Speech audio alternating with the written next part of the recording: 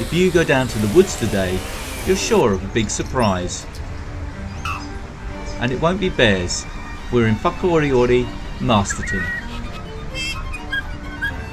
I've got a little treat for everybody today. I'm at the Millennium Native Forest Reserve.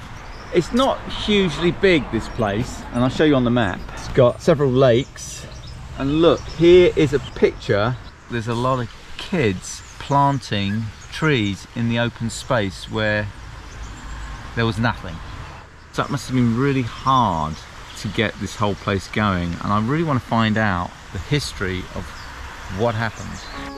Back in the early 1990s, this treeless grassland site with its streams and wetlands had little commercial value.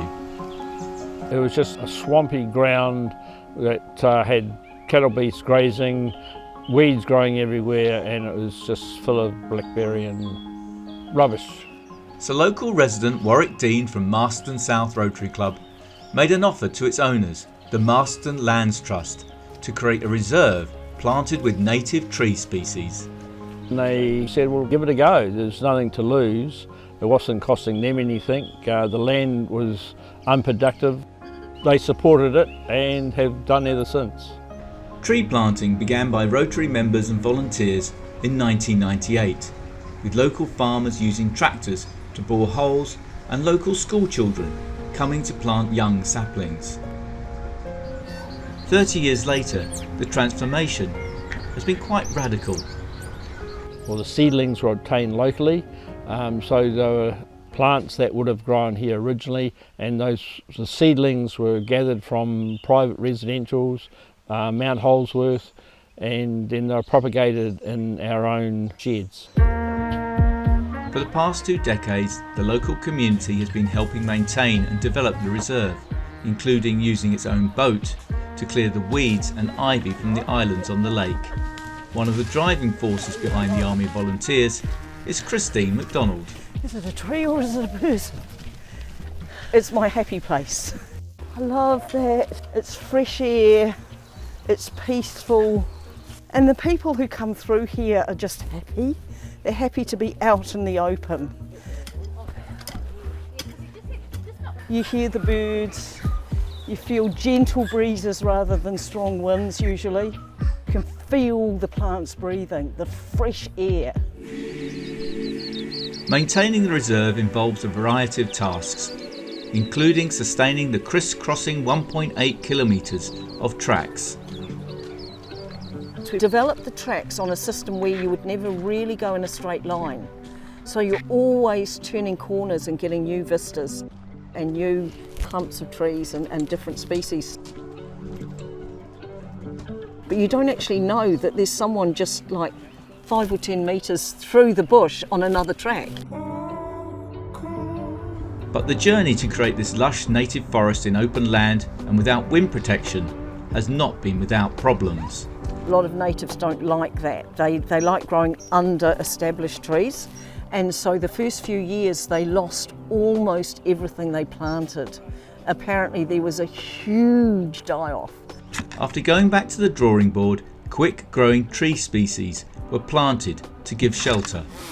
These were cut back once the native trees reached around 3 metres. We're trying to showcase what the natural cover of the Wairarapa would have been before we came and cleared it all. Developing something like this will enable a far greater range of people to come through and get that sense of just how majestic the native vegetation is. I'm going to have a go. Oh, we need to spin. It's like a jungle in here. Oh, oh look, I've struck a rock. If you struck a rock, just move a few centimetres. Give you that one.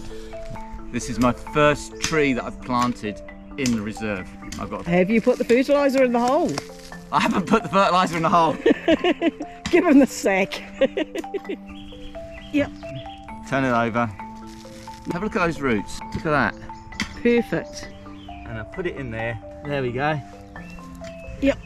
Excellent. Thanks. That was actually very satisfying. I enjoyed that.